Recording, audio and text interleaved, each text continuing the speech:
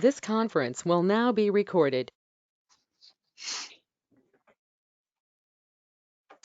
All right, welcome everyone. It is now 6 p.m. on Tuesday, February 15th, 2022, and I'll call this meeting to order. I'd like to respectfully acknowledge that we are meeting on Treaty 1 territory, the traditional lands of the Cree, Anishinaabe, and the homeland of the Métis people. This is a hybrid meeting in that some of us are attending virtually and some of us are attending in person at the Portage Avenue office. So in the office of our, do you introduce yourselves, guys? Hi, Mike Bartmanovich. Erwin Kumka.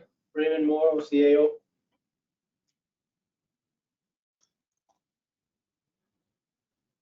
Steve Axworthy. Hello, I'm Graham Randall. Okay, Steve Axworthy, Graham. Yep, hello. And I'm Penny McMorris, the mayor. So thank you all for attending. All right, we will move on to the adoption of the agenda. We do have an addition, the salary schedule. Right. I need to now go to my, hang on folks, go to my resolutions. Be it resolved, the agenda be adopted with the following amendments. We're going to delete the Doctors Committee terms of reference and add the revised salary schedule. I can't, so could someone please move that? I'll move to adopt that resolution. Thank you. So just real quick, I did have one additional that may second? have to. Can we just second it and then you can add it, Steve? Yes, absolutely. Sorry, I apologize. Can someone second the agenda, please, so we can add? Find things, so I apologize. Yes, we can wait until later. No worries. A seconder. Okay, so I can't, okay. Seconder, please. I can't see. Thank you. I can't see. I've got my resolutions up. So, all right. Any additions or deletions? Steve?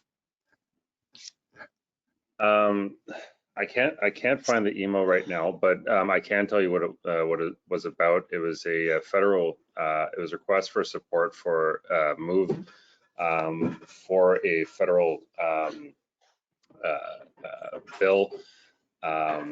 And I'll be able to get the number in a minute when I find it, but it was to essentially ban the production of swastikas and extremist propaganda for public use.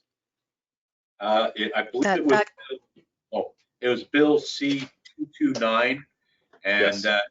and actually it was the banning of hate material. Yes, that's how it's called. From an NDP MP out in British Columbia. We have no idea whether our electorate would support a document like that or not. But we'll see how we can vote on it. Can I ask that be tabled for the next meeting? It just came in today, I think. Sure, I haven't even had a chance to read it. Yeah. Okay. So we're moved and seconded to adopt. All right. So any further additions or deletions? No. All those in favor? Aye. Thank you. Sorry, it seems like there's a delay on my end, so I apologize if I seem impatient. All right, moving on to the minutes of the January 25th. Thank you, 25th. Be it resolved that the minutes of the January 25th, 2022 regular council meeting be adopted as presented. May I have a mover, please? So moved. Thank you. And second? I need you to speak. I can't see you right now. I'll second. Thank you, Steve. Any comments or concerns? No. On the minutes? All those in favor? Aye. Yep. Aye. Carried. Thank you, gentlemen. I could see you this time. Moving on to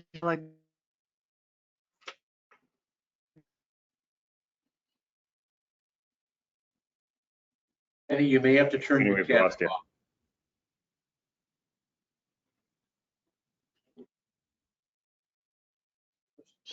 You're not coming through, Penny. oh boy, having a tough go here tonight with Okay. going Now we can back hear and you. forth. Try your audio Okay. some more. Is that better? Yeah, you're better now. Okay. Turn it up. You're good. Okay, I'll turn my audio up a bit as well. Yep.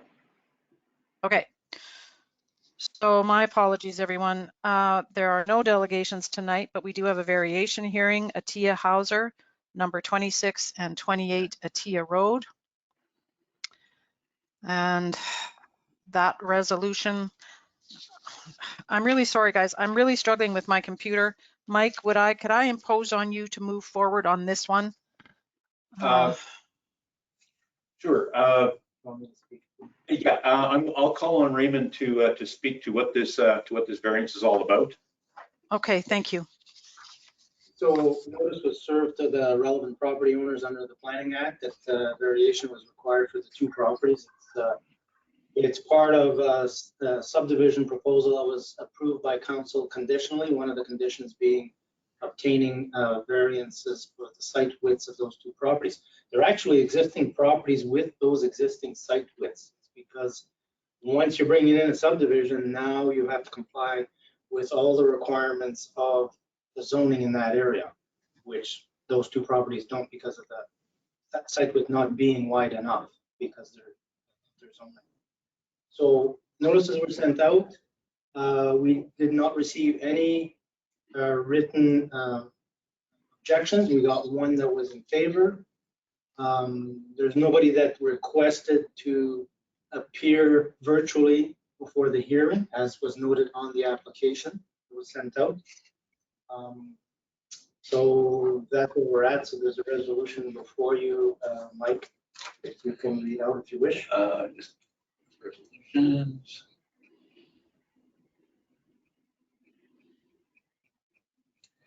Okay, so the resolution reads, be it resolved that the RM of Victoria Beach Council approve variation application 2022/01, varying the minimum site width requirement for the following properties. Legal description, parcel A, plan 23362, which is the proposed lot 1.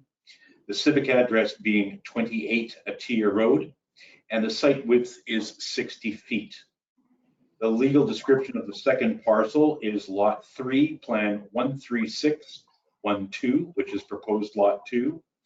Its civic address is 26 Atia Road, and the width of that lot is 118 feet. Okay, thank you. Steve, did you have a question?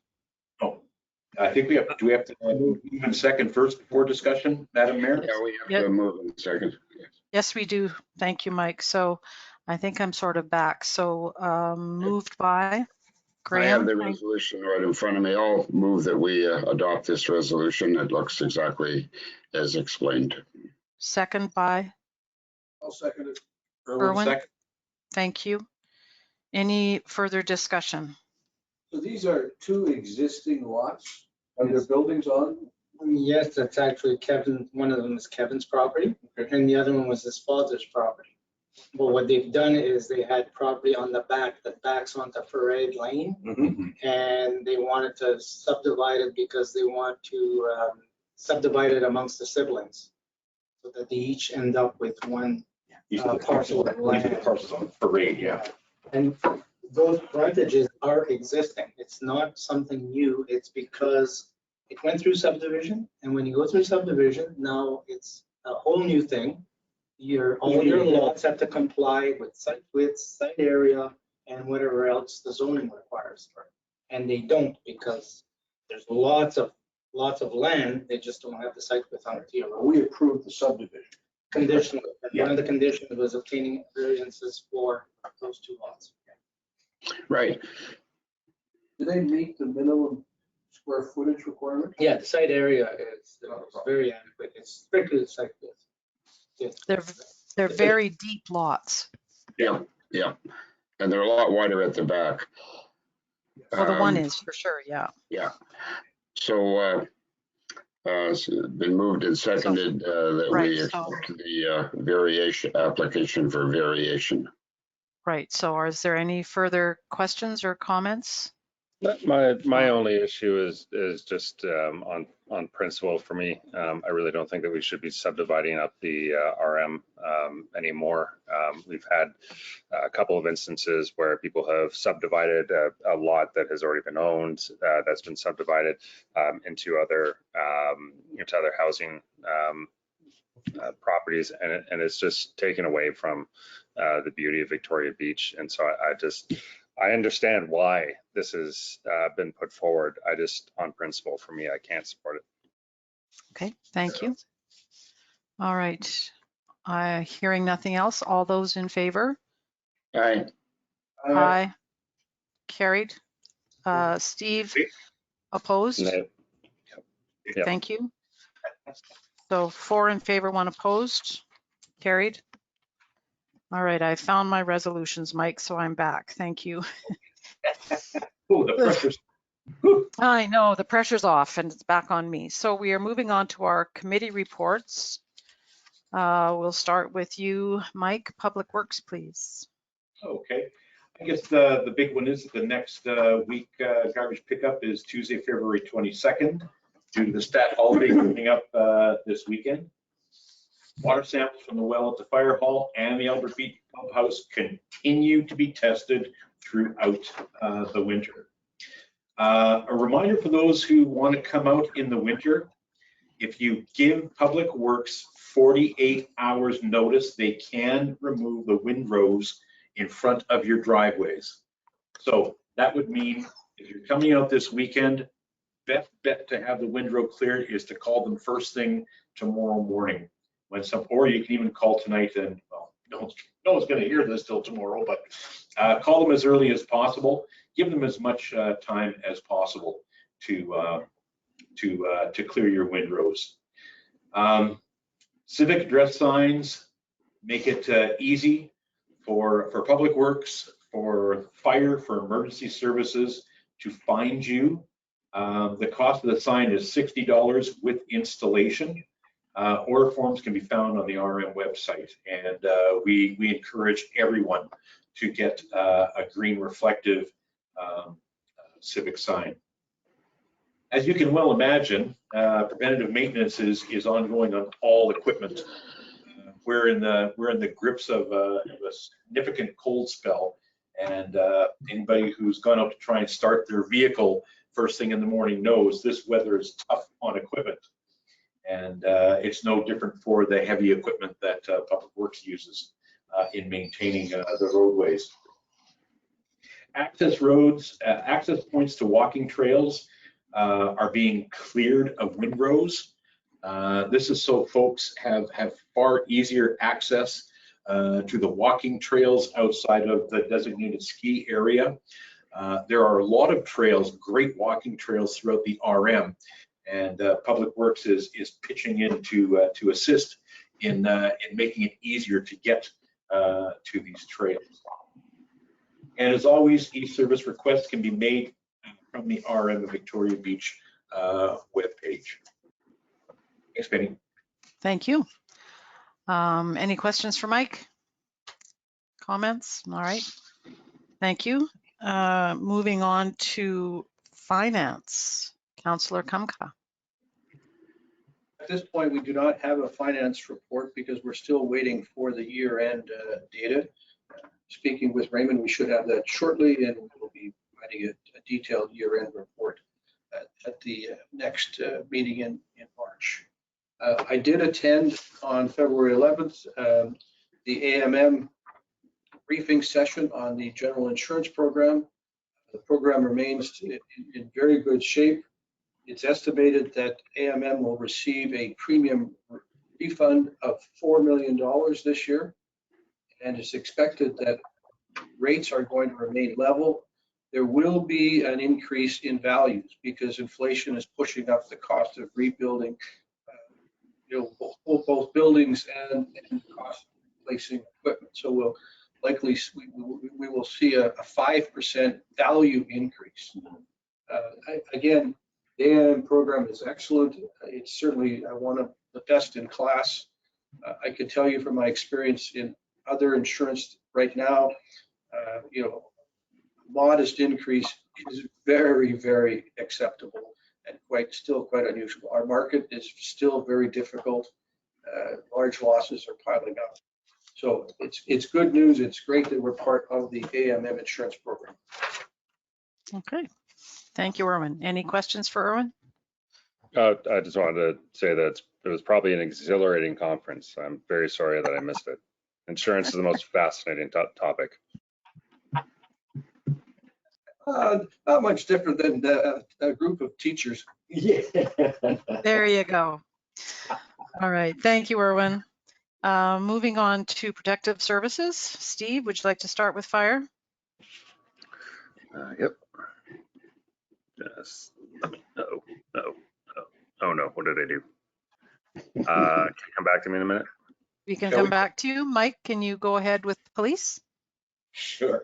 Well, continuing on a theme, as we all know, January was a particularly viciously cold month, and cold weather typically keeps the bad guys at home. There were a total of 56 incidents for police in January. That included 21 callouts from residents and RCMP. Some of those calls included 2 calls of abandoned autos. There were a few of those. 2 alarms that police were asked to respond to by the alarm company. 2 animal calls. There were 4 calls for assist from residents and RCMP. 3 checks on well-being. 1 harassment complaint. And 2 calls out for suspicious activity in and around the RM. All right. So it wasn't completely quiet. Not completely, but no break-ins, I'm happy to say. Yeah, Excellent. too cold for that. Too cold for that. You're breaking into an unheated cabin? Oh, you hey. If you can get it. Yeah. All right. Thank you very much. Steve, are you ready to Yes, roll? I'm good to go. Sorry. So there was only 1 call this past month. The call was for a motor vehicle incident. The fire department attended the call in blowing snow conditions, which is of course is always a lot of fun. And it was essentially whiteout. When the fire department arrived at the site of the accident, they found all persons involved were not injured and vehicles had been moved to a safer location. The fire department continues to maintain equipment and gear, but with COVID cases in the area having not had, with new COVID cases being in the area, they have not had an opportunity to meet in person as of yet. The level 1 firefighting training continues with in-person training.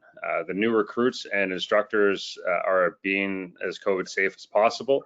The fire department's instructors are doing a very good job with the new recruits. They are progressing well, and they will see them in service in the spring of 2020. It's probably also a good time to note that one of the things that council had done was to bring in a digital training program. So it has helped the fire department stay as current as they can without getting essentially in-person or as in-person training as would require otherwise. Again, one of the things to remember as we go forward, especially although this year looks pretty good, it looks like we might finally be out of the drought, but again, remove your evergreens, replace them come spring with deciduous trees, because evergreens really are the biggest threat that the RM faces. All right, thank you. Any questions for fire and Steve? All right, thank you, Steve. Moving on, there is no report for special events. So we'll move on to the golf course. Mike? A little too cold for golfing in January, so I'll have to say no report. All right. Thanks very much.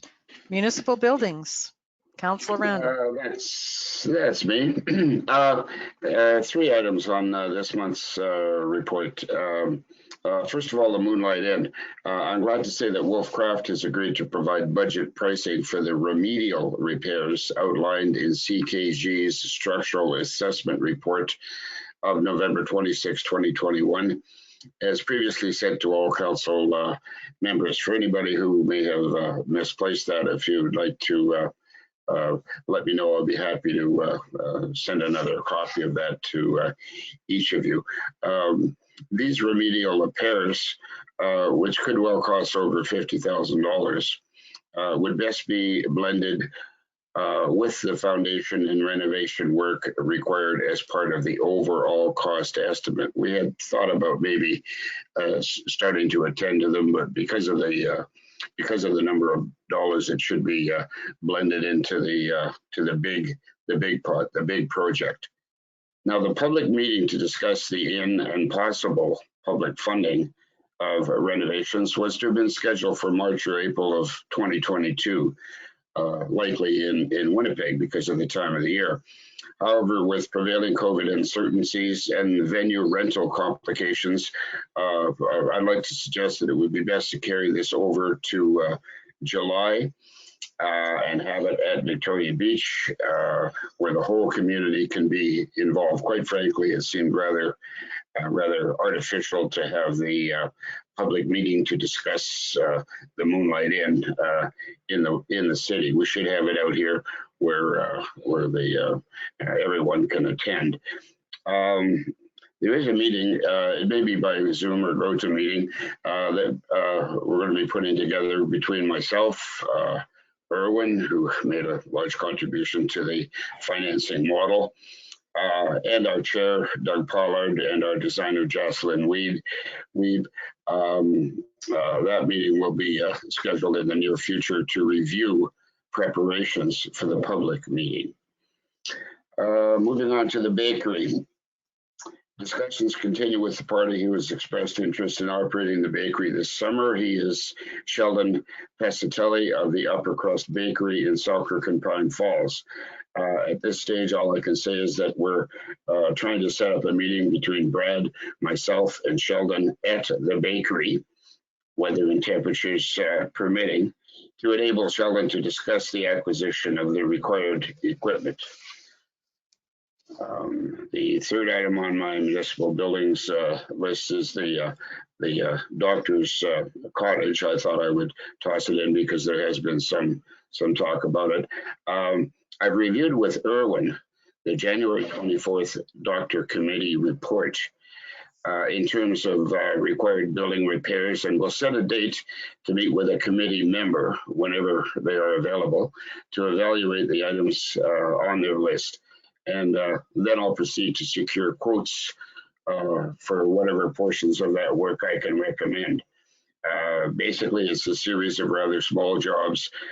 Possibly we can just deal with a selected handyman contractor, as we've done with the Moonlight Inn and the gate office in prior years.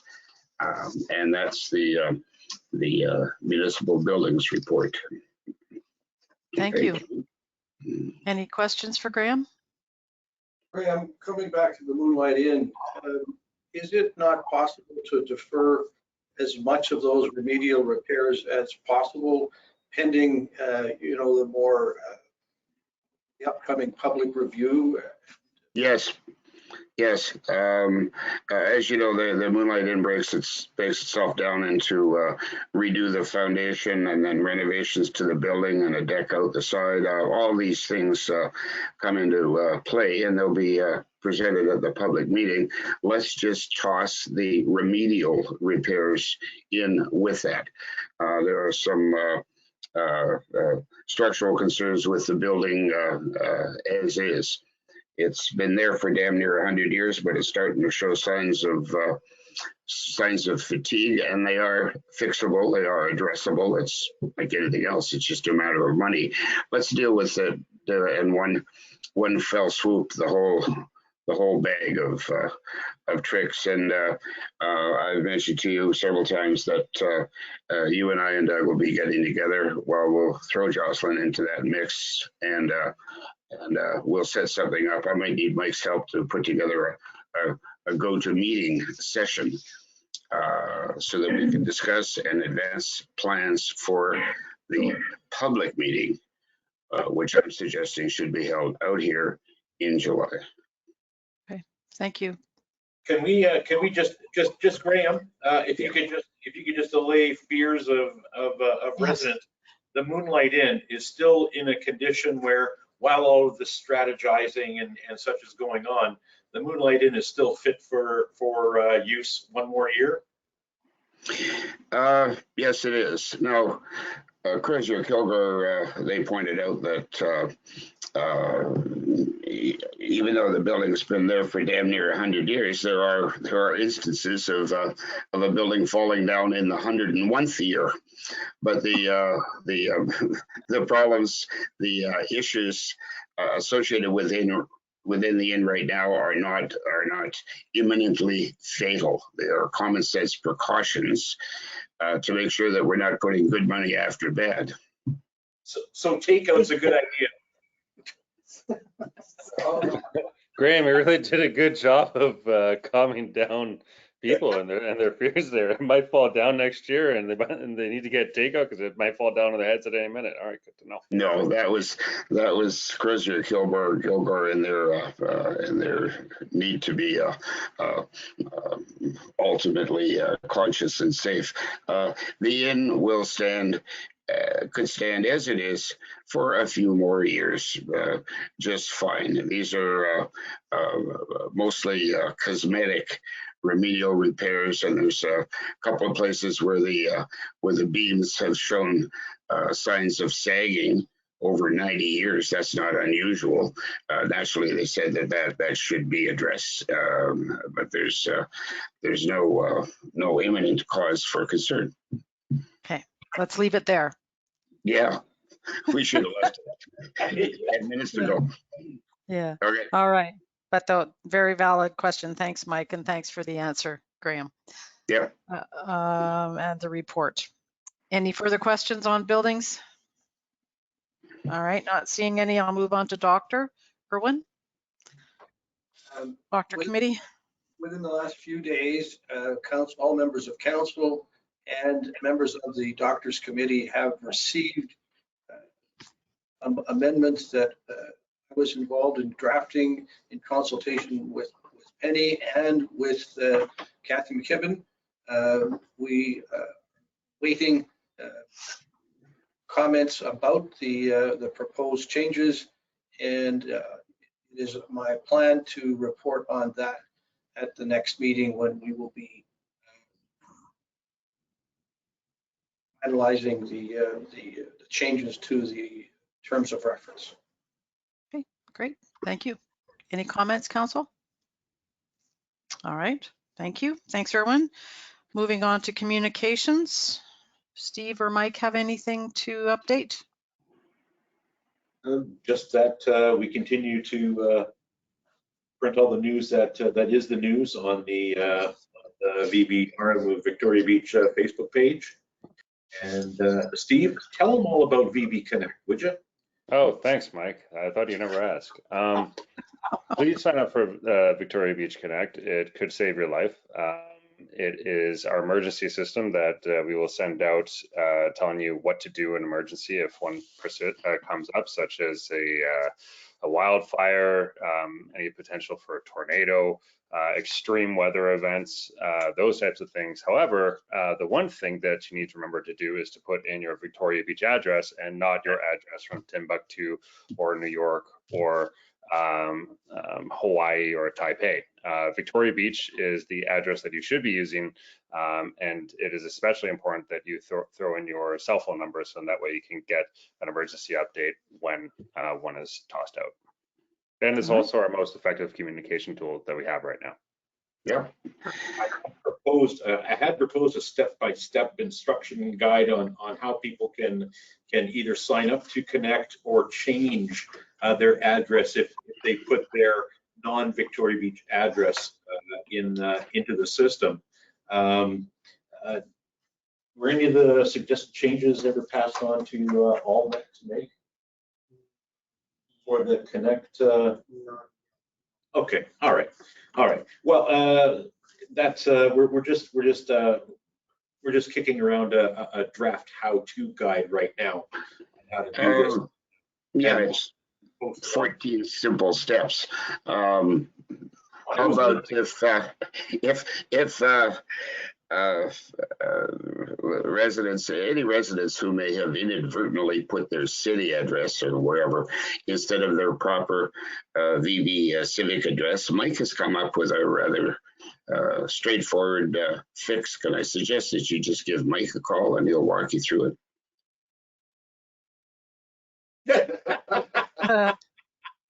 Could we not just keep it simple, and if the resident can go on? It's been a while since let's put the few simple steps like you have to follow. Let's put it up on our website. If you've incorrectly listed yourself, here's a rather simple fix, which is certainly worth your while. Please do it. Okay, great. Thank you, gentlemen. Summer info office. We appear to be looking for some summer information office staff. Yep. So if there is any interest out there, please send in a resume to the RM office at vicbeach@mymts.net. Are we going to place some ads? I don't know that we could put an ad on our website. Well, let's at least do that. Yeah. I mean, we're often told that the summer students are already booked by the end of January. So if we're gonna put up an ad on our site or whatever, I would think that we would want to do it rather quickly, so we have some decent people to choose from. It's also not imperative that it be a university student or a younger person. Yeah. Sometimes there's definitely a bonus to having someone in the office who has more experience in other facets of life to address some of the people who try to come through the gates. You're right. So, mature candidates would be welcome. Yes. But I don't think it's legal to suggest that we'd rather hear from people over 30. No, but if you're interested, please send us your resume. Yeah. Sort of a poster at the social scene and the community center. Yeah. I suppose, if we have an ad of some sort written up, we could certainly post it in those two places. Maybe at Safi's store as well. And probably the most important thing to put on there is that A, there's a computer now, and B, well, actually no, A, there's air conditioning, and B, there's a computer. So air conditioning is a very big bonus. So you won't be sitting in a little hut roasting all day. Okay, I can print color copies for local posting. Safi store is a good idea. So put something up on our website that I can copy, and we'll get a few of them in play, and hopefully get some good applicants. Right. Okay. Info booth now featuring air conditioning. Yeah, and Wi-Fi. Okay, thank you, gentlemen. Building inspector, Councillor Randall, you're up. Yes, I am up, and I am shocked and awed. There's been some talk about the building starts is going to turn down. It's not. The report that Curtis has submitted show that permits for the month of January were damn near $1 million. There were $990,000 for 4 main dwellings and 2 developments. Permit fees collected from this were $6,299. So we're off to a raging good start for this year, and let's hope they remain strong. Okay, thank you very much. Moving on to accessibility. I just have a few comments. We're still waiting to hear about 2 grant applications that we applied for. One for the Village Green Washroom Project and one for the Albert Beach Accessibility project. The province announced another grant just the other day, but on review with the committee chair, we're not sure that there's anything in there that we could apply for at this time. Yes. And then the Accessibility Issues Office also recently sent out information in regard to the upcoming May 2022 deadline for municipalities to complete various compliance documents That's right. in regard to the Accessible Employment Standard Regulation.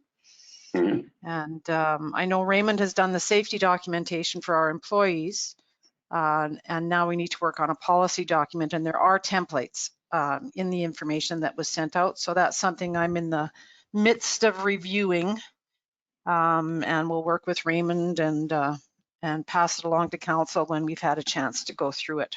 So Good for you. I had a long talk with Rod today, and we touched on the two applications that we have. Our MLA Wayne Iwasco, appearing at a forum yesterday, he said that the results of the Sustainable Communities grant should be available quite soon.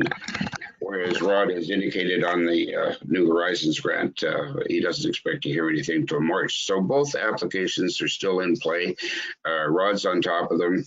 And we discussed the latest grant invitation, and he looked through it and didn't think that there was anything that would be of any use to us. So yeah, what you've indicated jives with what Rod is saying. So thank you very much. yeah, okay, thank you.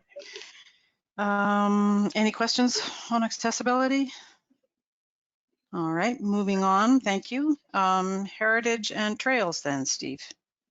Heritage, same report as everything, and hopefully at some point we might be able to get an actual page, like a proper page up and running, but that's an ongoing issue. As for trails, the trails are fantastic for the grooming right now. The biggest thing is that if you're walking around on the trail system, please just try to stay off of the tracks that are made for the cross-country skiers.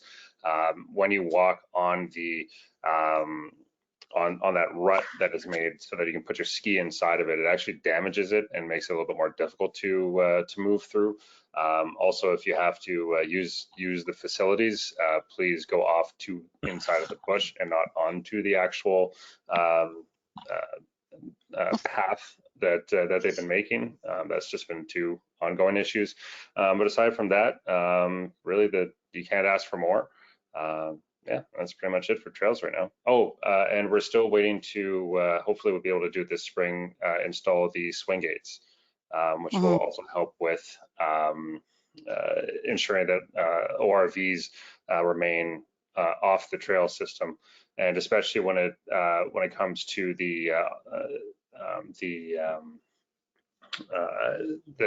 after the snow melts, that it'll keep the off-road vehicles from being able to be used by thieves who come in, break into a place, and then use the trail system to escape the police. So now that we have our own police ORV, that helps it substantially. But if we can even shut that down a little bit more, then we can limit how many thefts there are in the RM. Steve, do you think we need to review the location, the replacement of the swing gates? I believe there's what, 5, 6, 7 of them. There's 6, I think. Raymond, there's 6, aren't there? I don't know. Yeah, I think there were 6 of them last I recall. I mean, I sent off the locations that they should that they should be. We need more of them for sure. I think that all told, don't quote me on this, but I think there's 12 entrances to the trail system, but there's sort of the main ones that are used and are the sort of more larger problem areas. But yeah, it's just a matter of getting them installed than anything else. It's just time.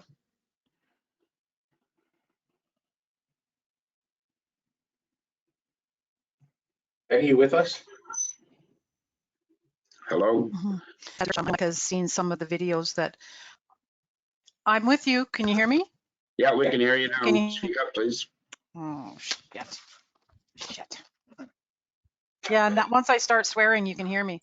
I just wanted to add with Heritage, Steve, that I know Mike has seen some of the videos that the amazing Sherry Dangerfield has produced about the history of Victoria Beach and the heritage, and they're up on YouTube.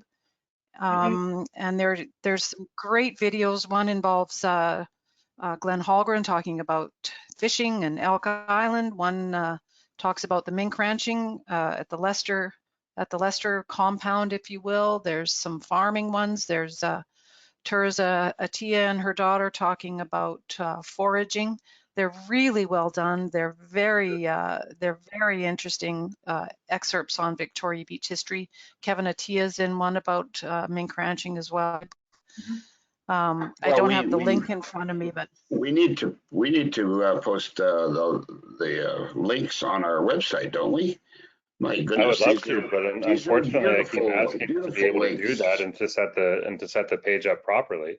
We'll just copy paste the link to the YouTube site. Yeah, but again, the best way to do it is so that way anybody who has that type of archival footage can do so on their own with a description and explanation. I don't think that everybody understands the level of time commitment it takes to be able to do it individually. Previously, when I was doing this and we were trying to get the committee up and running, I was spending a minimum of about 8 to 9 hours a week of my own time running around getting photos and getting this kind of stuff. But then I had nowhere to put it.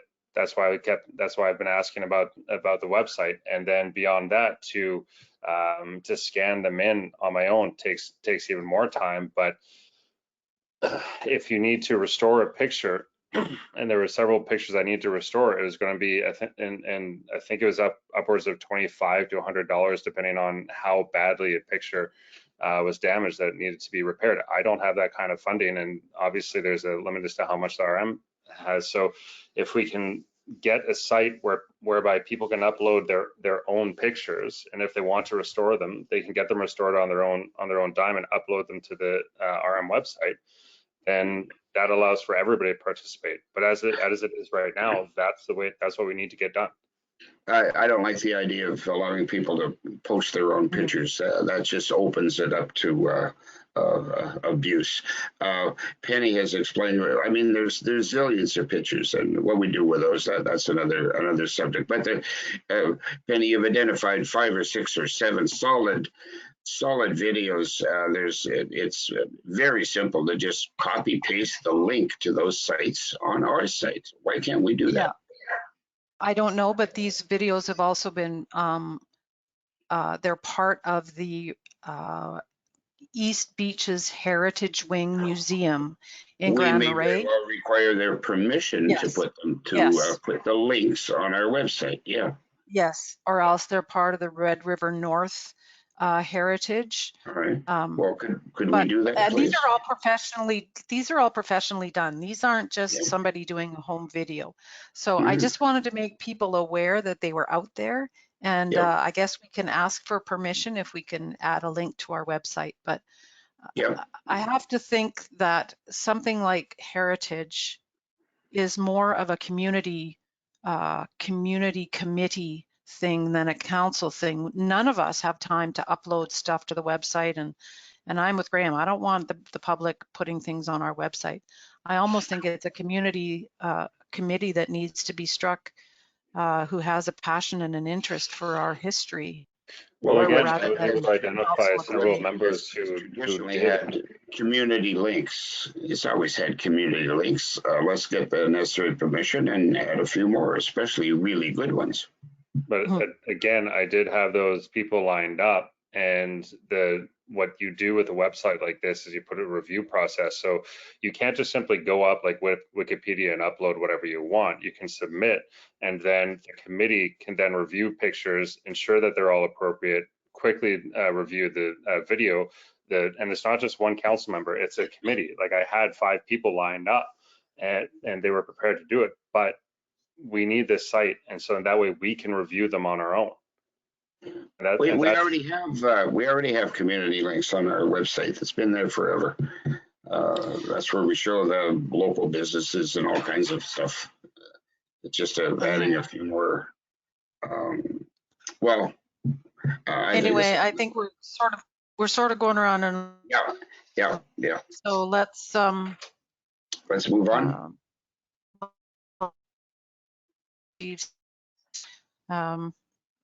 Anyway, are there any other comments on our committee reports? Not seeing any. All right. Be it resolved that the February committee reports be accepted as presented. May I have a mover, please? Steve, thank you. Second. Mike, thank you. All those in favor? Aye. Aye. Carried. Thank you. All right. Moving on to accounts and finances. Be it resolved that the following list of accounts be approved for payment. Accounts payable check 9928 to 9973 in the amount of $68,542.89. February 4th payroll in the amount of $29,168.52. February 4th firefighter payroll in the amount of $3,603.70. And Visa in the amount of $672.05. May I have a mover, please? Erwin, thank you. Second. Steve, thank you very much. Comments? Erwin? I've reviewed the list of accounts payable and they are routine in nature, no exceptional items to comment on. All right, any comments or questions? Not seeing any. All those in favor? Aye. Aye. Carried, thank you. Moving on to other business. First up is the CIBC operating line of credit. Whereas CIBC requires an updated borrowing resolution to meet their security requirements, therefore be it resolved that the arm of Victoria Beach Council authorize the operating line of credit of $500,000 and the 5 corporate Visa cards with a total credit limit of $20,000 for the year 2022. May I have a mover, please? Graham, thank you. Erwin, second. Thank you. Any discussion? It's housekeeping more than anything. Yeah. Yes, it It's is. just housekeeping. Raymond has explained year after year that we don't actually use these lines of credit, but it is a standard bank requirement that we enable it. It's good to have it in an emergency. Yeah. Yeah. All right. Any other comments? All right. All those in favor? Just one, please. Sorry, Mike, go ahead. Again, is there any way that we could get some kind of documentation along with the Visa charges that the corporate cards run up, just so that we're not ending up asking questions about why on earth did this charge show up and why did that charge show up? We get copies of the Visa report. Yeah. We get them every month, Mike. Well, I'm looking at the statement, but it doesn't tell me what the expenses were. Usually there's a notation on it. Yeah, I put notations. There was one that I wasn't aware of, and this particular one only got back up to it today. So sometimes we don't even have it right away. And some of it is pretty 3 or 4 Yeah, years. and I appreciate some of it is minor, but you know, it adds up and adds up and adds up. Is there a specific entry you're questioning, Mike? No, not at this point. No, just in general. I mean, when in the execution of council duties, we incur expenses. If we're going to be recouped for them, say if we make a purchase of a piece of equipment or something, we have to present documentation backing up the purchase. I'm sure you'll have backup documentation to go along with the Visa. Yeah, because I'm the one that's going to have to answer. I mean, there have been occasions where I've questioned, the expenditures, and I get answers very promptly. Okay, then All right. in the case if I have an issue with any of these, just talk to the CAO and get clarification. Correct. Fair enough. Okay, as long as the CAO is on top of it, I'm happy. Thank you. Okay, thanks, Mike. All right, so one more time, all those in favor? Aye. Aye. Carried. Thank you, gentlemen.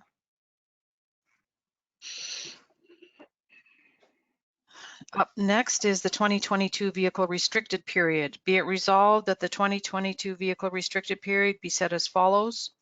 From Thursday, June 23rd, 2022 at 11:59 p.m.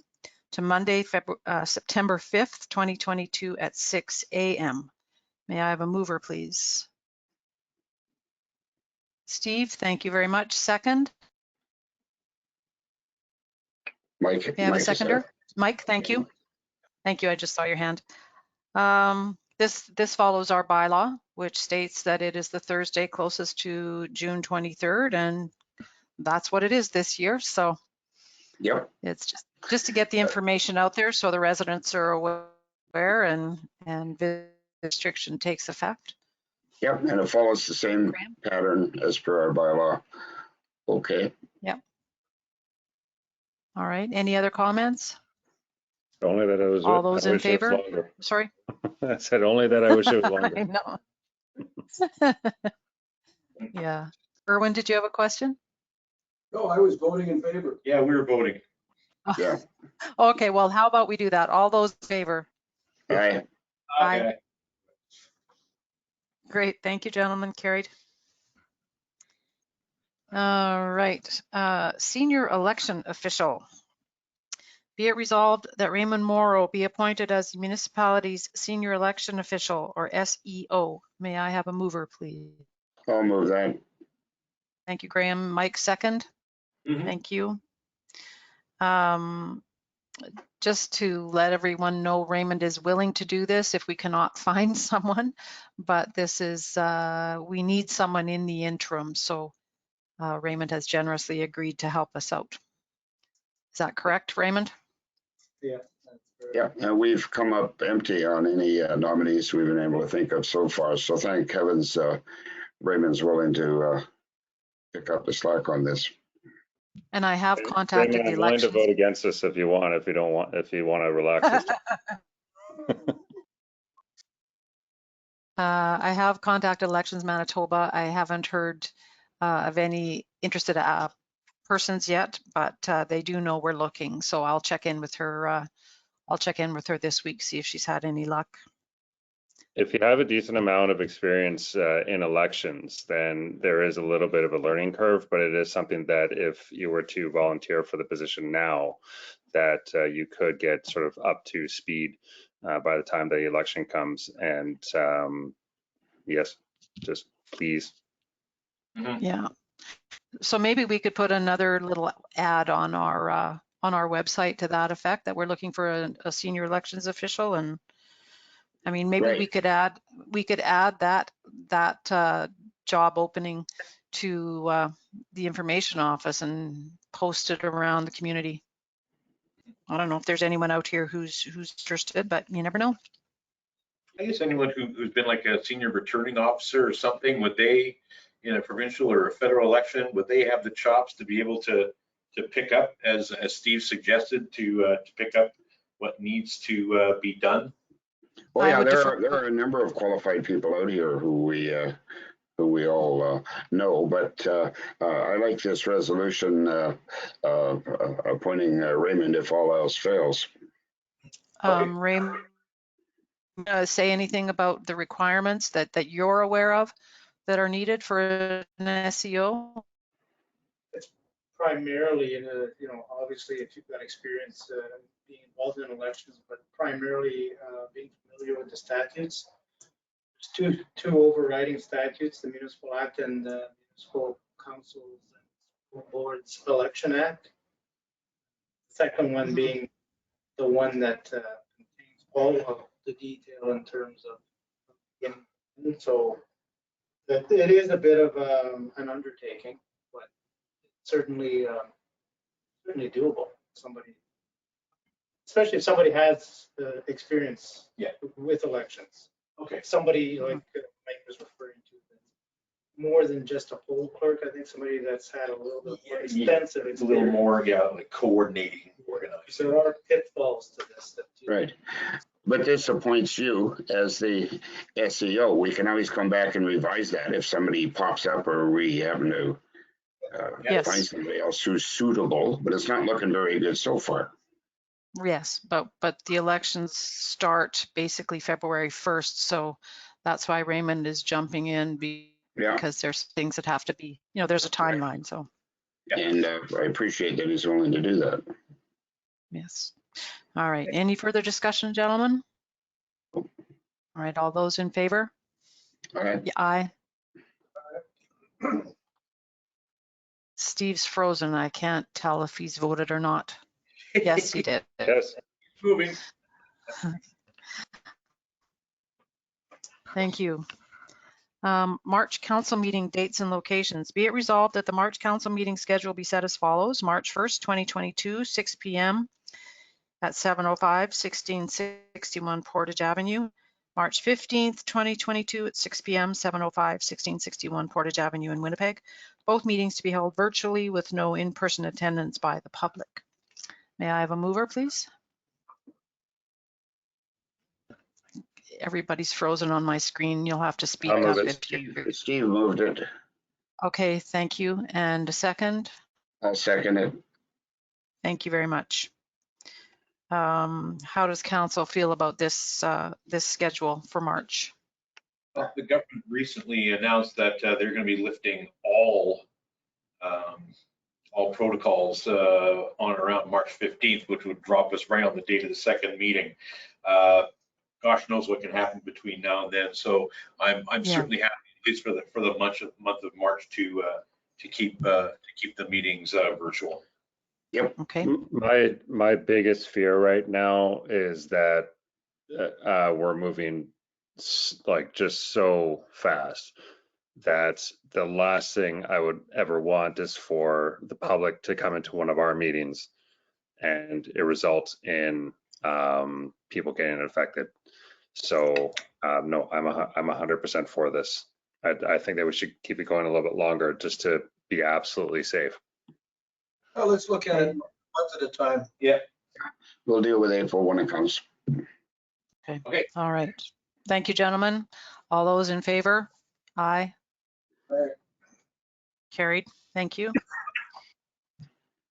Up next is the sale agreement on police accommodation. Be it resolved, the arm of Victoria Beach Council accept the sale agreement dated February 2nd, 2022 to supply a bedroom modular home, Yukon Series 143035 from Best Buy Homes at a total cost of $210,857.95, taxes included.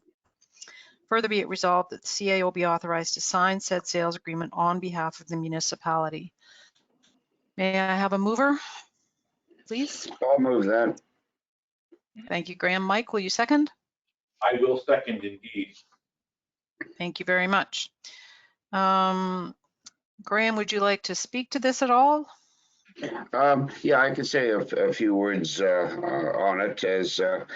As everyone knows, the radio trailer that used to serve as accommodation for our seasonal constables is uninhabitable, and every year it gets tougher and tougher to find rental space in which to house our constables. The decision was made recently to see if we could find a suitable building to accommodate our seasonal constables. I was invited, asked, ordered to use my connections and find out what could be done. There's only one firm that has anything in stock that's deliverable by the April 1st deadline. That happens to be Best Buy Homes. I've negotiated what I think is the very best deal we can get out of them for a excellent quality building that will replace the moldy oldie trailer and could very well serve our seasonal constables for 25 or 35 years. It's very well built to CSA standards. It's actually rated for far north specifications, so it's it's well built, it's well insulated, has an electric furnace. I've circulated the sale agreement, and previously I sent out link to the website, photographs, the list of specifications. It's exactly what we need to do the job. Best Buy has thrown in lots of no charge extra specials for RMVB. They want us to be happy with this. And one item that they've thrown in, that there's absolutely no interest being charged on the time payment plan that they've set up for us. It's not only the right thing to do, it's about the only thing we can do to properly accommodate our seasonal constables. Great, thank you. I know you've put in a lot of time and effort, Graham, on this, so thank you. Any other comments? Erwin? So you're satisfied that in spite of not getting outside tenders, that you're satisfied that this is a good deal for the municipality? Yes, I am. I'm in close touch with the VP of Sales and Marketing for Best Buy, and having been in that industry not too many years ago, I know where to look, what's on the market, what isn't. This is a modular home. It's certainly not a trailer. It's a modular home. They're screaming for stock. Practically no one has anything on the ground or can guarantee anything. We were lucky to find this one, so we put our foot in that door a while ago to try and hold it while we haggled over the terms. Yes, I am confident that this is the only one available to us at this time. Monetarily speaking, or monetarily aside, the big issue here is timing. Something has to be in place and occupiable for when our seasonal constables and new this year, our community safety officers are on the ground and actively patrolling Victoria Beach for the vacations. If we didn't need anything until next year, there are 3 or 4 sources I could have gone to get competitive prices. But Best Buy has always been competitive with the competition. They're pretty much the leaders in their field with modular houses. So it was the timing that drove this. Graham, given your expertise in this area and given the short timeline that we have, this seems like a reasonable solution. It does. It's a very reasonable solution, and the various things that Best Buy has thrown in to sweeten the deal, because they hope to do more business with RMVB further down the road. They've made no secret of that. They made their best effort to give us a decent deal. So I'm satisfied we've done the best we can given the time constraints. Well, thank you again, Graham. I think Raymond was wanting to say something. Thank you. No, not in particular. I mean, I guess the only comment I'd add is that this is not the only housing option we've looked at. We've looked at a few others, and they've both fallen through, and they would have been both much more money than this. Yeah. That's the only thing I would add to the whole. Yeah, that's a very good point. I should have thought of that. Yeah, we anything else is damn near twice the price.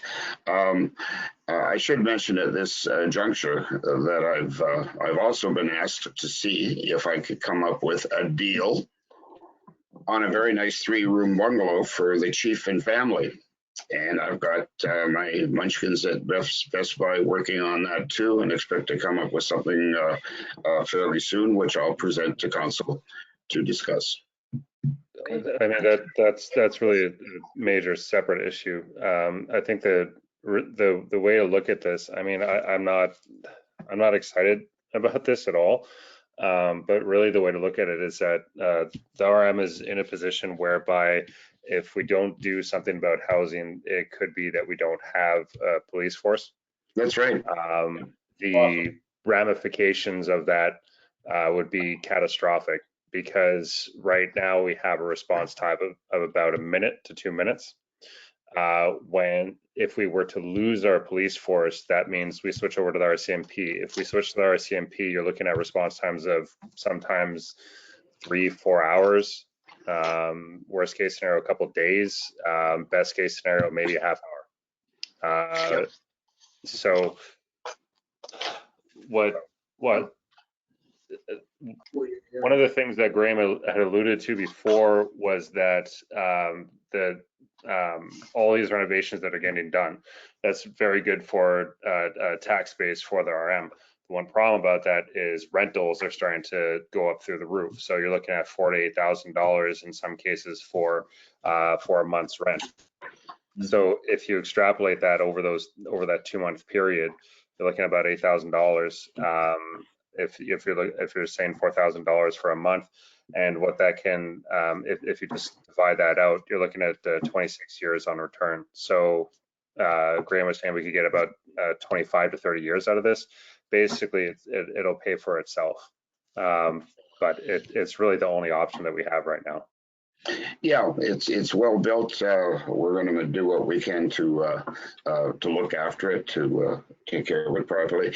And anybody who might want a little bit more comfort with this purchase, I happen to know that anybody who's bought a modular home within the last 18 months could turn around and sell it for slightly more than they paid for it, because that's what housing pricing is doing. And that's what we found out looking at alternatives. Okay. All right. Thank you again, everybody. All right. Any further comments? All those in favor? Aye. Right. Yep. Carried. Thank you. Good job, Ray. Yeah, thanks again. Yes. Thank you, Graham. Up next on our agenda is the municipal vaccine policy. There is no resolution, so it is up for discussion. And in light of what the province has said, and Mike just, they're going to be making major changes, right or wrong, by March the 15th. And yeah, we'll see if that actually happens. But I'm not sure that imposing or implementing, I should say, a mandate for our employees to be vaccinated is going to be worth much to the paper that it's written on. But I look forward to the comments from council. Well, one comment that all of the why wouldn't we want to do this? Graham, I missed a lot of that, sorry. So Graham, we have to ask you to turn your camera off and repeat what you just said. Oh, well, it seems to me that pretty well the whole country is dismantling these mandates. Why would we want to enter into one at this time? thank you, And Steve. let's see if we do that. Yep. So I'm not going to say my full thoughts on this issue, because I have a lot of them. I could be here for a few days talking about them, but the bottom line is that while we did go down 19 hospital beds today, which is fantastic. I hope we don't go down to 0. I really hope that COVID magically goes away on the 15th. I do. I hope that the province is able to spin a magic wand and wish all this away. The reality is, and that's the way that I like to live, that's not going to happen. There's already several variants which have been declared as being problematic. That may sound familiar when we're over in December. So there's already been multiple attempts by different provinces to start relaxing restrictions, and they started way too quickly, and some of them were just simply getting rid of masks. And now we're talking about getting rid of everything. And if something goes wrong in there, these restrictions are going to come back with a vengeance, as they should. But then we're back to the same discussion. So I would, and I sent this over to Raymond earlier today. I'm not sure if you had a chance to look at it. I would be open to amending it slightly to simply say that during times of COVID-19 restrictions that this would be enforced.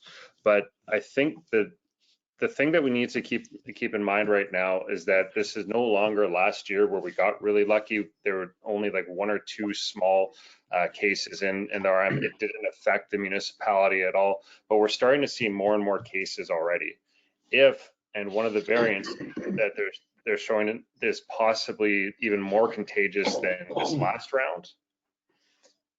We're already seeing Delta inside, or Omicron inside of Victoria Beach. Thank God we're all separated, decently. So it's not running rampant through our community, but we're starting to see it. So if we enact this now, we can get ahead of the curve for the next one. And I really think it's just good policy as, at the very least, a backup. Again, I hope it magically goes away, but I'm a realist and I live in reality, and it's not. So by doing this, we protect our employee base to ensure that if there is another outbreak, we don't have to worry about somebody dying, somebody getting long COVID, or it running right through our staff. Steve, in the context of a mandate, how would we're getting ahead of ourselves? But how would you deal with the next item on our agenda, which is also of your creation, adopting that 3 shots is the minimum requirement, or the definition of fully vaxxed? Do we not have to deal with the definition of what's fully vaxxed at the same time? Well, no, because the next resolution is separate, because that's a request of the AMM. Right now, what this policy would be saying is that you would have to have 2 shots, or whatever the definition that the provincial government has defined as fully vaccinated. I would personally like to see a triple vaccinated, but that sort of is where the next one comes in. But as I said, just discussing this policy in and of itself, if and quite frankly, when the restrictions come back, then we'll be protected. If they don't, fantastic. Then we have a workforce that is not going to have to worry about, we're not going to have to worry about somebody coming down with COVID. I know that everybody wants to talk about living with COVID and making it an endemic. I don't think that people understand what that actually means. That's basically saying that we give up. And that's essentially what we're doing right now, is saying that we give up. It's too difficult. Let's not do this. But the reality is it's going to cause lives. And for us, that could honestly cost one of our staff members' lives. But how about the fact that among the principal objectors to compulsory mandates are the unions? So we're a unionized public workforce as far as our public works. The track record there is endless litigation. I understand. If you take a look at the charter, it's simple, it's straightforward, it allows for vaccine mandates. It's allowed for vaccine mandates for the past 100 years. Vaccine mandates have been with us up until the beginning of this past provincial government, when they got rid of the mandate for measles. Manitoba's had mandatory vaccination policies. Ontario does. New Brunswick does. Private businesses across the country already do. Multiple municipalities have already implemented them. I think that the policy that Raymond's drafted up is strong. I would like to see the wording stronger, but I think it's fine as is. And as for the unions, then they would have to go after all the municipalities, and we don't see that happening. Not all of them, because I understand that not all of them have brought in these policies, but there are enough of them, and they haven't been. They're not in the courts right now. Well, your views on this have been well expressed, and I respect them. I would like to hear what the rest of council has to say on this issue. I'll chime in. It seems to me that we have up to this point continued to follow the public health regulations and guidance from the province. I'm confident that they're making their decisions based on the science. I think we're all a little concerned about how quickly these things are being implemented, but it seems to me that implementing a more rigid policy at this point would be running contrary to what our Minister of Health and Dr. Rusin are proposing. So it seems to me, and I think it's just going to make the situation even more confusing. We have a set of rules for the municipality, and we have a different set of rules for the province. I think that's potentially very confusing. I'm in favor of following the public health rules.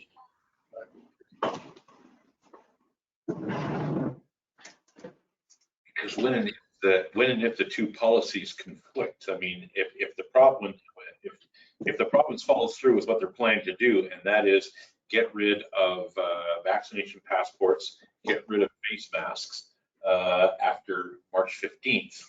Now, if the province says you don't have to wear a face mask anymore and you don't have to show proof of vaccination, we're not going to have much of a leg to stand on in enforcing our policy. Agreed. Well, again, private companies and government companies have had success for decades in doing that without being ordered by the province to do so. And we've had success. We closed our municipal buildings to the public. We've increased the number of virtual meetings that take place, and we have shown, I think, a tremendous amount of responsibility in terms of addressing COVID-19. And I hate to sound maudlin, but it's like we can almost see the light at the end of the tunnel now. And yeah, fingers crossed, and to start putting restrictions on moving forward towards that light now. It will be unenforceable after March 15th next month if the government follows through with what they say they're going to do. Okay. Well, again, the provincial vaccination mandates only apply if they're getting rid of them to provincial employees. Ours can still stand if we require it for our municipal employees.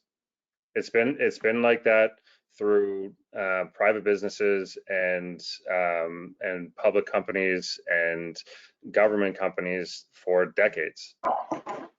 And we're on the record for the last 2 years stating that our position on COVID would be to follow prevention protocols. So, except this is politically motivated. It's not a coincidence that a bunch of people show up and then they to say that you need to get rid of the mandates, and then suddenly the province caves. It's not a coincidence. This is not based on science. I'm sorry, I didn't want to say that, but it's not based on science. This is politically motivated. Well, there's one rather conspicuous member of council who we haven't heard from yet. Oh, and I'm sure they thank you for that. Benny, are you there? Hello? Hello, Madam Mayor. Are you with us?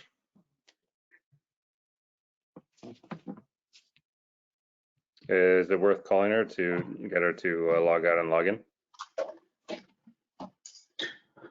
Well, do you agree, Steve, that we should hear from Penny on this as well? The rest of us have all had our 5 minutes of fame. Absolutely. She says she's having difficulties with her microphone. We can tell that. Yeah. Yeah, Penny, I would log out and log back in. Yeah, that's what she's going to do.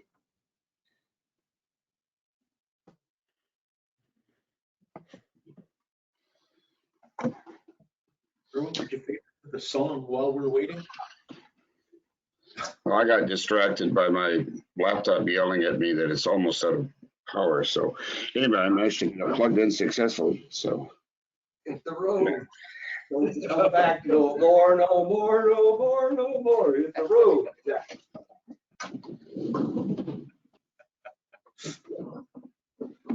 now if I could just get this damn chair adjusted properly, I'll be good to go. There she is. Oh, hello, Hi, Penny. there she is. All right, can you hear me? Yes. Yes. Oh, fantastic. I missed the conversation. Computer just kind of went. I do hear what Steve's saying about the science and the politics, and I think the politics in the government's current decision may be overriding. But I also agree with Erwin that we have followed Manitoba Health and the province directives so far, and I think we should continue to do that. I think that it would be difficult, as Mike says, for us to implement a policy when the province, perhaps, who knows what's going to happen between now and March 15th. But if the province does eliminate all the restrictions, how can we then implement our own? We'll get sued. I think we should. I think we should, though, strongly encourage continuing masks, people wearing masks, and social distancing. I think public should still be not allowed in our buildings. We have, one of the things we have also done, Raymond has done, he's managed to secure several hundred test kits, which have been distributed to Public Works. I distributed some to the social scene. Mike, I understand you might be picking some up tonight for the community center. Yeah. And other counselors as well. And others. So I think in that respect, we're doing, we can continue to encourage vaccinations. I had my third shot finally the other day, going through the Omicron virus. So I just, I'm just not convinced that having our own policy is going to solve the global problem. It's not a matter of solving the global problem. It's a matter of protecting our employees and the community as best as we can. But I think we are doing that by making sure that we follow the COVID protocols that are currently in place, and by providing masks and test kits and keeping our businesses closed to the public. I think we are doing. And I think from what I can gather, all of our employees are currently vaccinated. Yes, we have seasonal staff coming on board, but I would hope that we could continue to encourage everyone to get that third shot. And then, hey, we're going to have to get a fourth. That's my take on the whole thing. Erwin. So there's, go ahead, Erwin. Purely from a financial point of view, we know that if we impose some mandates on our public works, we will have a legal battle with the union. Given what's happening at, from the provincial health orders, that would be a complete waste of money. I'm totally in support of the vaccination protocol. I've received my 3 shots. Sometime we'll get the 4th. Yeah. But and as Mike has said, let's hope that there is that light at the end of the tunnel, and we're getting closer to having this plague pass. But it just seems the timing kind of a fruitless waste of money if we pushed hard on the unions. I would suggest that they will push back. So they said they will. Yeah, so I would have to agree with Erwin on that. I think it's a battle that's just going to cost us a lot of money. And there's going to be no winners at the end of the day. Okay, I respect Steve's position on this and his tenacity in pursuing it. But with all due respect, Steve, I think the idea of a vaccine mandate has been overtaken by events. OBE. At the very least, would you guys be willing to talk about it again? I hope that the magic wand that the province says that they have can just magically make this virus go away. I live in reality, so if it comes back with a vengeance and we're back into a lockdown situation, can we revisit this? Absolutely, and you can wear I told you so hat, and we'll be happy to listen. 100%. Let's follow. Okay. Let's see what happens, and then we'll have subsequent discussions. Yeah. Mhm. Graham, I will be buying that hat if that happens. We're counting on that.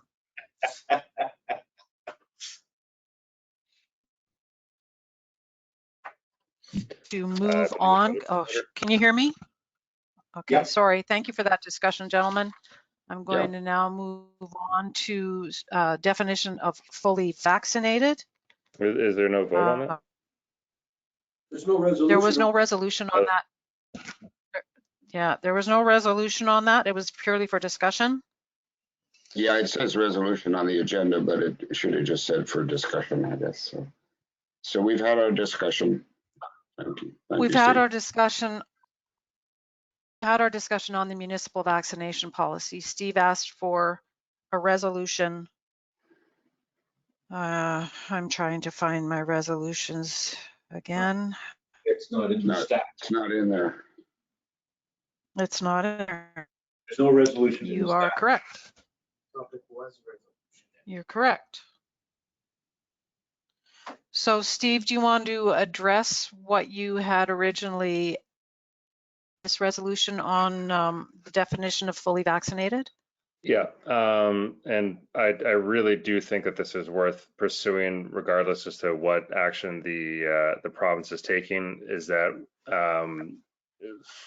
for a while now the booster's been out. It's very clear that 2 shots will hopefully protect you from the grave. There's no guarantee of that. It does not. It's not nearly as high as it was before. It's not around the 99% mark now. It's substantially lower. Somewhere around, I believe it's 60. I can't swear to the number off the top of my head. But the reality is that the boosters against Omicron, and especially against new variants right now, are looking like it is the sort of final nail in the coffin to be able to get out of this thing. Especially with the 4th ones, as Israel has shown, basically once you get the 4th shot, you're clear. So at the very least, I was hoping to put a resolution forward that we could send to the AMM, asking for the AMM to essentially request from the provincial and federal governments that they acknowledge boosted individuals as being fully vaccinated. So changing the definition from 2 shots to 3 shots. And again, the logic is simple. As has been very clearly shown, is not nearly as effective against Omicron. There's virtually zero guarantee of it against new variants. So by pushing for a third or boosted individuals as being considered fully vaccinated, then that would give a little bit more teeth to this idea that you need to get that people need to get boosted. Well, this is asking the AMM to ask the province to change its definition of being fully vaxxed. You know, in all honesty, Steve, what do you think we're going to get with this? Again, if you ask the question, the worst that's going to happen is a no. If you ask the question, the best thing that can come out of it is that makes perfect sense. This is establishing a new standard, and whether we come out of this clean or we get hit with another variant, I support this. I think when it comes to the standardizing on, you know, how many shots makes you makes you optimally tolerant to Omicron and the variants that are coming down the road. And if it's 2 and a boost, I support Steve. Everything Erwin? that I've heard or read from province with their health directives is telling me that I need to get my 3rd shot.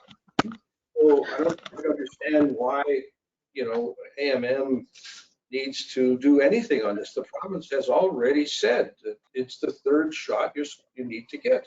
And why are we meddling in the area of responsibility that is clearly the province and not ours? I think the province has answered that question for you in the last couple of days, but the reality is that the definition of fully vaccinated is misleading at this point. The fully vaccinated, as is being pushed by the provincial and federal government, is 3 shots, is boosted. That's what they're trying to push, is that this is what's necessary to protect the general public. But they allow the definition of fully vaccinated to be double people who have 2 shots. So it's a misnomer. And so you have this double standard of you're fully vaccinated or you're boosted.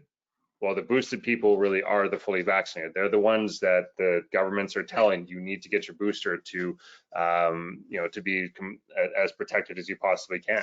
But they're not acting. But this is a moving target, Steve. In all likelihood, a definition of fully vaxxed is going to have to be 4 shots in the foreseeable future, and maybe 5. But how many times are you going to pass this? Essentially, what it's asking for is clarity, basically saying what really is fully vaccinated. And at this point, You're it's very clear. It's 3. Show clarity. My goodness, what a magnificent dreamer you are. Well, I always put my faith in logic. I'm either fully vaccinated or I'm not. Yeah. The province has already made the decision. Well, actually, no. I'm looking at the provincial website and it says who is fully immunized, and it says individuals are considered fully immunized 2 weeks after their 2nd dose in a 2-dose series, such as Pfizer, Moderna, or AstraZeneca vaccines, or 2 weeks after a single-dose vaccine, such as Johnson & Johnson's Janssen vaccine. The only time it mentions 3 doses if you receive 3 doses of a non-Health Canada approved vaccine. Yet every day, Russin's out there saying that everybody needs to get boosted. Yeah. So according to it's essentially using his own words to tell you why it's necessary. Well, I'm going to vote with Steve on this. It can't hurt to ask. They need to update their website. So basically what we're doing is we're asking AMM to petition the government to update their website. Stop saying that 2 shots is fully vaccinated. Yeah, let's ask. Standard is 3. That's what we're asking for, right, Steve? Yeah, thank you. Let's do it. Do we have a resolution to that effect? Can we do one on March 1st so that I can prepare a proper resolution? Is it going to change? Yes. Okay, Steve, we prepare a proper resolution. We'll read it and pass it at the March 1st meeting. I'll support that. Sure. Okay. Okay. Good. Thank you. Good one. Okay. You won one, Okay. Steve. Good All for right. you. Okay, gentlemen, thank you. Can you, oh, my thing's going in and out again, my microphone, sorry. All right, moving on to the 2022 gravel. Raymond, could I ask you to speak to this, please? Yeah, actually, I could have left it off. I will be circulating a tender. It's more of an information item. Well, let's wait till it's available for us to at least look at. Could we table this one, please? I'll send out an invitational tender, which will be. Yes. Okay. Okay. Thank you. And next on the agenda is the updated 2022 salary schedule. I'm sorry, Raymond, I don't have a resolution in front of me for that. Oh, hang on a second. One popped up.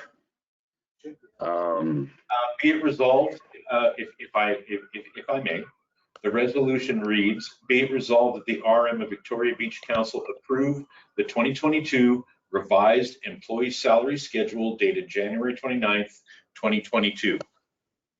Great, thank you so much, Mike. And there's a copy of that available to us on the website. Yes, I have that. So may I have a mover for that resolution? I'll move that. Thank you, Graham. Steve, do you mind being the second? Thank you very much. So this was to add one of our employees to the salary schedule who's become a salaried employee. Yep, that was the only change is on that one individual to become salaried. Yeah, correct. And it's been discussed and it's well justified. Which I think is going to be a better deal for the RM in the long run. Yep. So it's good for both parties. Excellent. Okay, great. Any further discussion? Great. All those in favor? Aye. Aye. Carried. Thank you, gentlemen. Moving on to correspondence. The only thing I have is the Red River Basin Commission has announced that they are having North chapters holding a virtual on February 28th at 7 p.m. And there will be 4 presentations. The public is more than welcome to attend. You can register through their website at redriverbasincommission.org. And Canada Census has put out some information.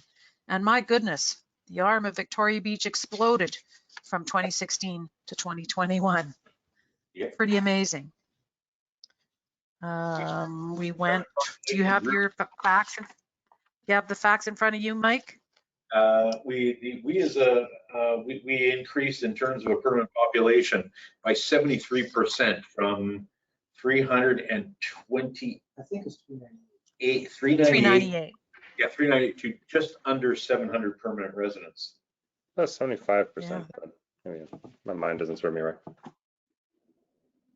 Well, 398 to 689. 89, yeah. Yeah. Amazing growth. Yeah, it is, and the private dwellings from 2016 went from 1,479 to 1,854. Mm-hmm. And the building permits keep on coming. And it's also Yes, it's also garnering interest from industry. Graham and I were at the Northeast Regional. Yeah, Community Future Winnipeg River quarterly forum was held yesterday. And there was a presentation by Valley Fiber, and these guys are breaking all the rules, and they are a Manitoba-based organization. PC Magazine rated them the fastest fiber network, best gaming network in Canada, and they are going north, and Victoria Beach is definitely on their radar for the next couple of years, to bring fiber to the door in Victoria Beach. And I'm a newly anointed Starlink guy, and I can't wait for this fiber to get here.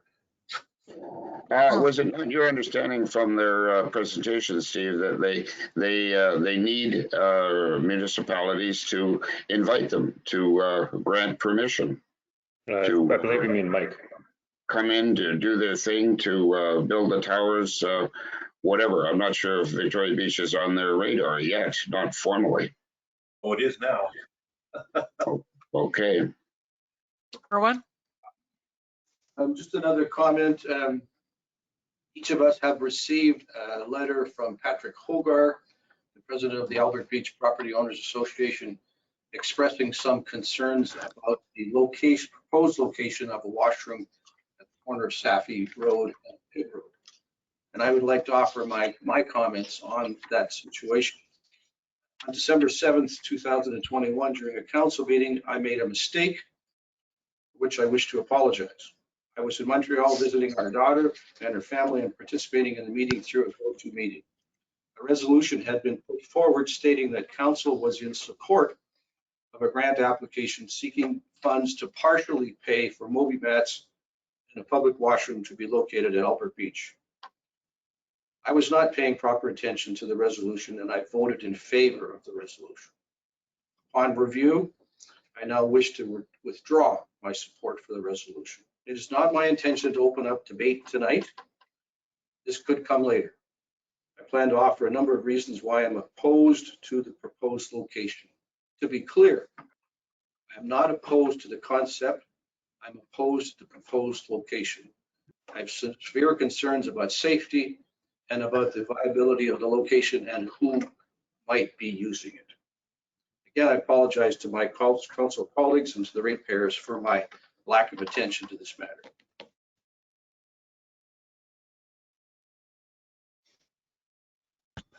Okay.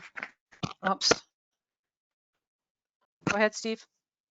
So I just wanted to clarify what I sort of brought up before. And again, I would like this to be on the next meeting, but it was an email that was sent. It was to get Victoria Beach's support for Bill C-229, which would be the banning, as Mike said, the banning of symbols of hate. I'll just read just a quick snippet here. So essentially, it's a private member's bill that would prevent anyone from selling and displaying symbols that promote hatred. The symbols that would be banned are the Nazi swastika and other Nazi emblems of genocide regimes, the Ku Klux Klan symbols, and the the Confederate flag. Symbols of slavery, racism, and of white supremacy. So Bill C-229 is a tool designed to address the growing violence and hatred in Canadian communities. So I'm hoping that we can support the passing of this, send our support for the passing of this bill in the next council. Well, this is a private member's bill from an MLA, ADP MLA, but that doesn't really matter, in British Columbia. He sent this letter to everybody in the world. We have no idea whether our residents would support this type of letter or activity. I just don't see it going anywhere. When you say activity, the activity that the bill seeks to stop, or the activity of the bill, the way the bill is being, the way the member of parliament is trying to garner support for the bill? Both. I just don't like the look of it, and it could very well be contentious. There's two sides to every story, and I have no idea. I don't think any of us do. What the majority of our voters would choose to do in this case. Well, Would say that the vast majority are going to support an initiative. Well, yeah, I would kind of hope so. I mean, depending on how far back you go in our history, I mean, modern day, I would hope everybody would. yeah, I tend to agree with Steve on this one. I think I just haven't really had a chance to review the email that came in today, but I do think that our residents would support banning those kinds of symbols and hate paraphernalia. But there is no room for it. But we can put that on the next agenda. All right. Well, the way the MLA laid it out, he's provided a template, presumably for every municipality in Canada to fill in the blanks. We are a VB who represent X people herewith want to go on record as supporting this bill. That's what we would be voting on. Okay. Yeah. Let's look at it a little bit further, and if we think that this is what our residents would want, then we'll pass it. Okay. Thank you. All right, guys. Any other correspondence? Correspondence. I'd like to speak to, or to be more accurate, I'd like to comment on the correspondence that we sent, strongly objecting to the new rules that would affect and eventually almost certainly wipe out our treasured first responders group. Our letter went to the Minister of Health, and she just bounced it right back to us and told us we had to go to the College of Paramedics. I don't like to see this die an unnatural death. Are we going to try again and write directly to the College of Paramedics? Our fire chief is he's expressed his major concerns about this. It's a stupid piece of legislation that's going to wipe out our first responders. I don't want to see it just die here. I think we have to write more letters to more people. Let's try going directly to the College of Paramedics. They're on the wrong track. They don't know how things work out here. I agree. And if you see what's, that's been in the newspaper the last couple of weekends, the shortage of rural paramedics. Yes, the AMM. Wait times. The AMM wrote on this, and their letter was published in the newspaper. I just think we should continue to be seen pushing to revise these draconian requirements. They're a stupid idea that will do us no end of harm. I mean, we are so proud of our first responders group. To see them wiped out by the stroke of some bureaucrat's pen, I'm not prepared to sit by and see that happen. Let's write to the College of Paramedics, press our case further. It was the College of Paramedics that instituted this change. I think we got to go back. They're the ones who were doing it, and they just don't know what they're doing. We have to go back to the minister and say, sorry, you don't understand what it's like to try and have first responders in the rural community. Well, the minister has already rebuffed us, saying you will have to take this up with the College of Paramedics. What I'm suggesting is we do that. Let's write another letter strongly laying out our objection to this. I'm in favor of that. Just an alternate route would be to go to Wayne Owasco and ask him to intercede on our behalf and other municipalities. Yeah, because I'm sure any municipality in his writing are all looking at the same concerns if they have an emergency responder unit. Well, certainly he would be CC'd on this correspondence quite noticeably. Can I We could all, certainly. The resolution went to the MLA, it went to the Premier, it went to the Minister of Health, it went to the AMM. They all got the resolution. And I believe when the minister responded back to me, she copied whoever the head of the College of Paramedics is. But I can certainly follow it up, but all of those individuals were provided with the same resolution. All right, well, I respect your opinion on this, but I really think it needs to, at the very least, be followed up. All the Minister of Health says is this, the CPMB is the appropriate regulatory body. I encourage you to engage the CPMB regarding your concerns. Why not do that? Write another letter. Okay. I'm fine with All right, writing another letter. I mean, hey. Write another letter. Yep. Okay. Can we leave that in Raymond's hands? Absolutely, and make sure we flagrantly copy Wayne Owasco so it can't be ignored. Mhm. And ask all the residents, they love writing letters. Yeah.